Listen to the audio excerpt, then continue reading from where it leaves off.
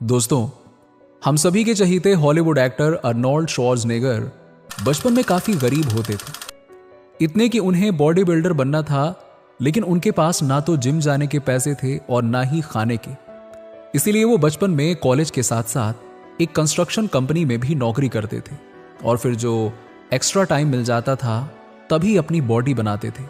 हालात इतने बुरे थे कि रात को ठीक से सोने तक का समय भी नहीं मिलता था, लेकिन उन्होंने अपने सपनों को पूरा करने में खुद को पूरी तरह से झोंक दिया और 20 साल की उम्र में बन गए मिस्टर यूनिवर्स, जिसके बाद बने काफी लोकप्रिय बॉडी बिल्डर, हॉलीवुड के सबसे बड़े एक्शन एक्टर और कैलिफोर्निया के गवर्नर।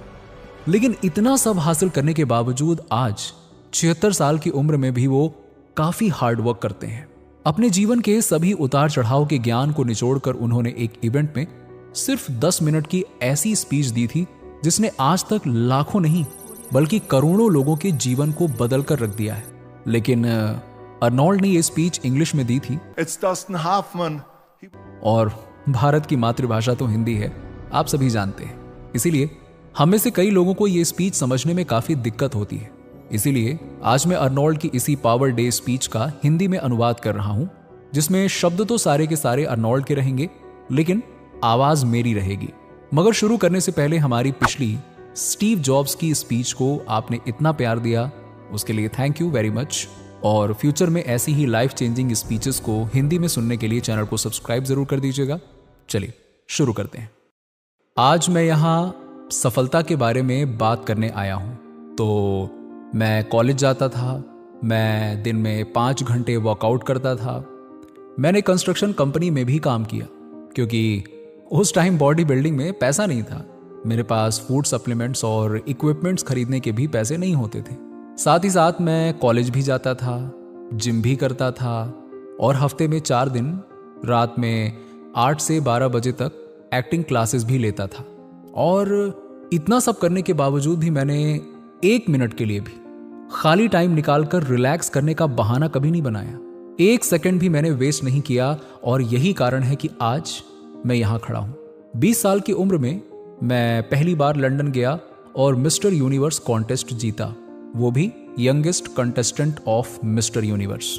और इतना सब कुछ मैं कर पाया क्योंकि मेरा एक गोल था, एक विजन था। अगर तुम्हारे पास एक गोल नहीं है, एक विजन नहीं है, तो तुम्हें पता ही नहीं चलेगा कि तुम्हें जाना कहाँ है और फिर तुम भटकते रहोगे और फिर कभी वहां नहीं पहुंच पाओगे जहां तुम्हें जाना है। एक सर्वे के मुताबिक अमेरिका के 74% यानी कि 74% लोगों को अपनी नौकरी पसंद ही नहीं है, क्योंकि वो जॉब इसलिए नहीं कर रहे हैं क्योंकि वो उनकी ड्रीम जॉब है या फिर उस जॉब तक अपने पैशन को फॉलो करते हुए आए हैं। नहीं, बल्कि वो बिना किसी गोल के, बिना किसी डायरेक्शन के घूम रहे थे।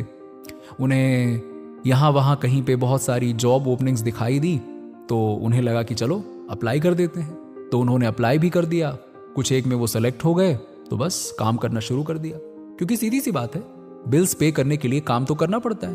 तो बस उन्होंने काम शुरू कर दिया। लेकिन जब काम करना शुरू किया तो उन्हें काम करते करते समझ में आया कि ये तो एक बहुत ही बोरिंग रूटीन बन गया, काम करने में मजा नहीं आ रहा था। अब क्या करें ये लोग? सोच कर देखो, सिर्फ 26% लोग अपने काम को पसंद करते हैं और पूरे पैशन के साथ कर रहे हैं, सिर्फ 26%। लोग मुझसे पूछते थे कि जब मैं घंटों हैवी वर्कआउट करता था तो लोग मुझे देखते थे और कहते थे कि आप तो 5-5 घंटे, 6-6 घंटे वर्कआउट करते हो, मगर आपके चेहरे पर हमेशा एक स्माइल दिखाई देती है। जबकि दूसरे लोग जो आपकी जितनी मेहनत करते हैं उनके चेहरे पर 12 बजे रहते हैं। ऐसा क्यों होता है? तो मैं कहता था कि मुझे बस अपना एक टारगेट दिखाई देता है और मैं उस टारगेट के लिए ये सब कुछ करता हूँ, जिस वजह से मुझे थकान नहीं होती है बल्कि खुशी होती है और इसीलिए हमेशा एक स्माइल मेरे चेहरे पर रहती है। सिंपल। मेरे सामने मिस्टर यूनिवर्स का गोल था। मेरा हर रिपीटिशन, हर सेट एक्सरसाइज मुझे उस गोल की तरफ एक कदम और पास ले जाता था। मैं एक्साइटमेंट के कारण रात को सो नहीं पाता था, सोचता रहता था कि कब फिर से जिम जाकर वो 500 पाउंड स्क्वाट कर पाऊंगा। मैं उत्सुक रहता था हर दिन जाकर वो 500 पाउंड बेंच प्रेस करने के लिए। मैं चार्ज रहता था ये सोचकर कि कितना जल्दी सुबह हो, और मैं सेटअप के 2000 रिपीटिशन फिर से कर पाऊंगा। एक चीज मैं आपको बता दूं कि अपने गोल को विजुलाइज करने से और उसके पीछे फोकस्ड तरीके से फॉलो करते रहने में एक तरह का मजा आने लगता है। और फिर वो दौड़ भाग थकान नहीं, मजा देती है। आप थक नहीं सकते। सो लाइफ में एक पर्पस होना बहुत जरूरी है। मोहम्मद अली, उनको मैंने अपनी आंखों से झील में रगड़ रगड़ के मेहनत करते हुए देखा है। एक बार की बात है कि एक स्पोर्ट्स रिपोर्टर ने उनको जिम में सिटअप्स करते हुए देखा तो पूछा कि वो रूटीन में कितने सिटअप्स कर लेते हैं। तो मोहम्मद अली ने जवाब बड़ा कमाल का दिया। उन्होंने कहा कि वो काउंटिंग ही तब स्टार्ट करते हैं जब बॉडी पेन करने लगती है। इसको बोलते हैं हार्डवर्क। हार्डवर्क से कोई नहीं बच सकता। अगर वो लाइफ में कुछ करना चाहता है तो कोई फर्क नहीं पड़ता कि तुम कितने बड़े बाप के औलाद हो, रगड़ के मेहनत करो। कोई मैजिकल पेन नहीं है जिसे तुम खा लोगे, या कोई सक्सेस का मंत्र नहीं है जो तुम जाकर सक्सेसफुल हो जाओगे। इस दुनिया में कोई शॉर्टकट नहीं है, कोई मैजिक नाम की चीज नहीं होती है। वर्क वर्क वर्क, यही एक तरीका है। मुझे इतना गुस्सा आता है जब लोग मुझसे कहते हैं कि उनके पास जिम जाकर 5 मिनट भी वर्कआउट करने का टाइम नहीं है, या फिर कोई और काम 1 घंटे करने का जिससे वो फिजिकली और मेंटली इंप्रूव हो सकें। इमेजिन करो, आज से आप रोज हिस्ट्री सब्जेक्ट पढ़ाना शुरू करते हो। अब सोचो, 1 साल में 365 दिनों के बाद आप कितना कुछ सीख जाओगे। या कोई और सब्जेक्ट या टॉपिक जिसके बारे में आप पैशनेट हो, उसे कंसिस्टेंट होकर बिना बहाने बनाए 1 साल तक पढ़ते हो या करते हो, उसमें आप कितने ज्यादा अच्छे हो जाओगे। इमेजिन करो कि कोई बिजनेस जो तुम डेवलप करना चाहते हो, रोज अगर उस पर 1 घंटा भी काम करते हो, 1 साल के बाद वो कितना बड़ा बन जाएगा, कितना कुछ आप उसमें हासिल कर सकते हो और वो तुम्हें कितना दूर तक ले जा सकता है। आप उस बारे में सोच भी नहीं सकते हो कि कितना आगे तक ले जाएगा वो। और इसीलिए ये चीज मुझे बहुत गुस्सा दिलाती है जब 24 घंटे एक दिन में होते हुए भी लोग ये कहते हैं कि उनके पास वक्त नहीं है। अगर 8 घंटे आप सोते हो, 10 घंटे आप जॉब करते हो, 4 से 5 घंटे फिर भी आपके पास बचते हैं, क्या करते हो उस समय? बताओ, सोच कर देखो, आप लोग क्या करते हो उस समय? लोगों से मिलते हो, खाना खाते हो, एंटरटेनमेंट या कुछ और करते हो, क्या करते हो? मगर तुम्हें यह क्लियरली समझ में आ रहा होगा कि कितना सारा टाइम 1 साल में तुम्हारे पास निकल कर आता है। अगर हम ये सारा टाइम ऐड करके देखें, अगर तुम अपना टाइम ऑर्गेनाइज करके अपने काम को ऑर्गेनाइज करके देखो तो कितना सही है।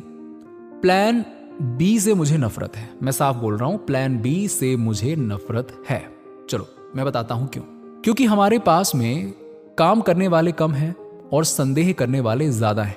मगर वो एक प्रॉब्लम नहीं है।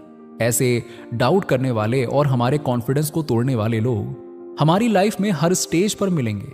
उन्हें कैसे हैंडल करना है वो हमें अच्छी तरह से आता है, लेकिन प्रॉब्लम तब आती है जब हम खुद पर डाउट करने लग जाते हैं और हमें प्लान बी की जरूरत फील होने लगती है। यह चीज सबसे डेंजरस और सेल्फ डाउट है, क्योंकि अब तुम ये कह रहे हो कि अगर मेरा प्लान वर्क नहीं करेगा तो मेरे पास बैकअप में प्लान बी होना चाहिए, और मेरे पास है। यानी जैसे ही तुमने प्लान बी के बारे में सोचना शुरू किया, तुम्हारी एनर्जी, तुम्हारा पूरा का पूरा अटेंशन डाइवर्ट हो गया किस तरफ? प्लान बी की तरफ। और ये एक सबसे बड़ा गुनाह है। अब अगर तुम प्लान ए को करते हुए या प्लान ए को करने से पहले प्लान बी के बारे में सोचते हो, तो इसका मतलब यह हुआ कि तुमने अपने प्लान ए को 100% दिया ही नहीं। जब 100% दिया ही नहीं तो वो तो फेल होगा ही ना। बिल्कुल होगा, हो सकता है नहीं, बिल्कुल होगा। और एक बात सीख लो कि जब हम बिना सेफ्टी नेट के खेलते हैं तो ज्यादा अच्छा परफॉर्म कर पाते हैं। एक प्रोडक्टिव प्रेशर होता है हम पर, जो हमें अपना 100% देने पर मजबूर करता है। तो अगर तुम्हारे पास में प्लान बी है तो खुश मत हो कि वाह मेरे पास तो प्लान बी है। अगर प्लान मेरा ए फेल हो जाता है तो मैं तो सेफ हूं, मुझे कुछ नहीं होगा। मेरे पास में प्लान बी है, वो शुरू कर दूंगा। ये कोई अच्छी बात नहीं है।